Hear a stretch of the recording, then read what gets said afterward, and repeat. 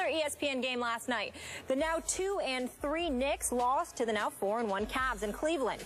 Carmelo and LeBron played each other tough, contesting over 50% of each other's shots. Anthony scored 2 points when guarded by LeBron, while LeBron got 11 with Anthony as his primary defender, but LeBron stepped up in the fourth big. Melo did not. Skip, what was your takeaway from this one? Stephen A., you love you some Carmelo Anthony. I love me some Carmelo Anthony.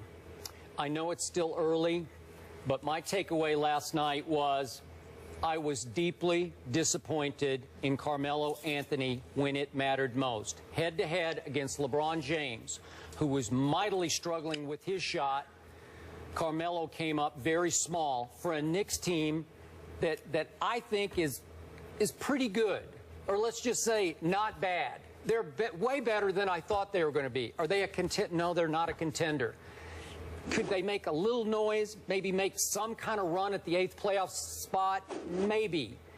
I kind of like the team. I like Porzingis. I think he's not going to be a bust. I'll go that far this early. He's 20 years of age, 7 feet 3 inches tall. He's just so long. He's skilled. He's not afraid. Just a baby, but he's got high basketball IQ. I think he's not bad. And I watch these other, Langston Galloway, you've brought him up. He's not bad. Kyle O'Quinn's not bad. Derek Williams, I never liked him before the draft, but in the role that the Knicks have him in, he's not bad. So this team had a chance last night on national television to make an early season statement at the Cavaliers.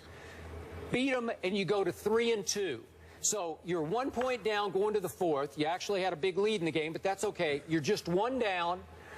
Up to that point, LeBron finally made a three in the middle of the fourth quarter, and at that point, he was 1 for 16 for the season from three-point range. And we saw what happened in the first half. He blamed it on the sleeve jerseys that they were wearing last night. LeBron had signed off on these jerseys. They had practiced in them, and he said, I'm good with it. But then, of course, he's got to blame something for his shooting woes, which have continued since the NBA Finals when he was a disaster. Don't go there. Well, I'm just telling you. So he tears it up. He makes a big show. I'm going to tear my sleeves. Okay, fine. He's always complained about those sleeves. He practiced in them, and he signed off. He told the league, I am good with these. So whatever. Because the league wanted him to play them. Okay. So wanted him to wear them. All right, but the point is, he was struggling mightily. You've got him on the ropes, and you let him off the ropes because in the fourth quarter, Carmelo goes 1 out of 5. He does not get to the free throw line. He's your guy. He's your $23 million man. We all know that. He's your max guy. He should be at age 31, still at the backside of his prime in his 13th NBA season. And you just got to play a little bigger than that against the best player on the planet, your close friend LeBron James, who wasn't great in the fourth quarter, but he was way better than Carmelo because he goes 3 out of 8. He did get to the free throw line and made 4 out of 5.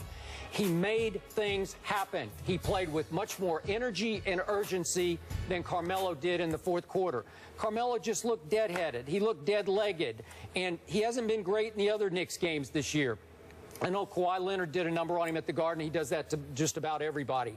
But Carmelo had the one outburst at Washington. He scored 37. Other than that, the Knicks have kind of won in spite of him or been decent in spite of him. I need to see more because I think this team is looking for him to lift them just one more level up. And it has a chance to at least be respectable this year if he's what he should be. He's that guy. He's a top 5 scorer in this league and a clutch player that he's been in the past. I'm just not seeing it yet from Carmelo the way this team is looking to see it from him. Your thoughts? Well, in all fairness, neither am I. I mean, I can sit up there. You know how much I got love for Carmelo Anthony, and him being a New York Knick doesn't hurt that notion at all. But I'm disappointed with what I've seen thus far, and I'm disappointed because I think that, number one, he doesn't appear to be as healthy as he needs to be. I think that he looks like he's been dragging for most of the season. I even watched him with the 37-point explosion against Washington, and I still found myself looking at him physically, Skip, and questioning whether or not he was going to last this season. Maybe you will get better as the season goes on. You continue to receive treatment, get yourself in the game playing shape, et cetera, and we may see something different. And the upside to this is that Carmelo Anthony can shoot the basketball. So he's not somebody whose exploits and greatness are predicated on, you know, his physicality. It's his ability, you know, being 6'8" and about 240, and his ability to beat you from the outside is what can potentially make him lethal no matter what the situation is, because when he's making shots, what are you going to do about it? But I think what you saw last night in the fourth quarter when he was going up against LeBron James is that LeBron James is in better shape than him. So LeBron James can amp it up to another level, another notch, and really, really do whatever's necessary in order to lift his team to victory. I think we all look at Carmelo Anthony, and even though I'm not going to sit here and say that he's out of shape, Carmelo Anthony has never, ever, ever in his lifetime been in the kind of shape that a LeBron James is in. So I think that has something to do with it as well in terms of the lack of effectiveness last night, because Carmelo Anthony usually gives it to LeBron. Carmelo Anthony usually shows up and plays against LeBron James. I'm just not satisfied with what I'm seeing from him. You know how I'm feeling about the Knicks right now. Certainly they're playing better. Phil Jackson deserves a lot of credit for that, because they're playing better, they're playing harder. Porzingis is not a bust. He's a 2 to 3 year project. There's an incredible upside to him, and I think that he'll be fine. But at the same time, when you've got Vujacic in your starting lineup, you got a problem.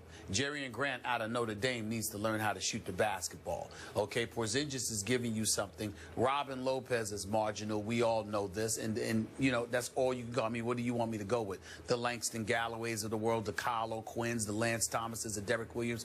These are serviceable players, decent players, but Carmelo Anthony doesn't have but so much to work with, which means he has to be in the kind of condition mentally and physically to carry this team.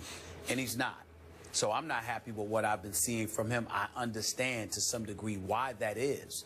But at the same time, I got to tell you, they're not going to go very far unless Carmelo Anthony is a superstar. No doubt. And he doesn't look like a superstar right now. Okay. Are you suggesting he has not recovered from his knee issue of last year?